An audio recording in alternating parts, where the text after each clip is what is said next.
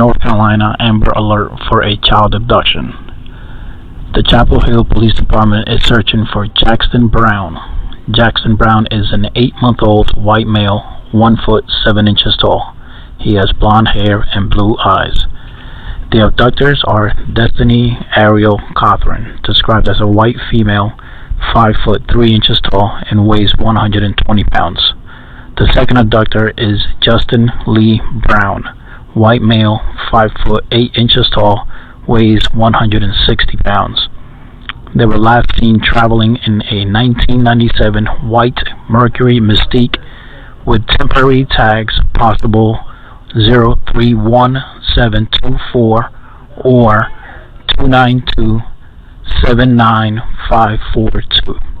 If you have any information regarding this abduction, please call Chapel Hill Police Department at 919-612-8240 or call 911 or STARHP. This is an Amber Alert.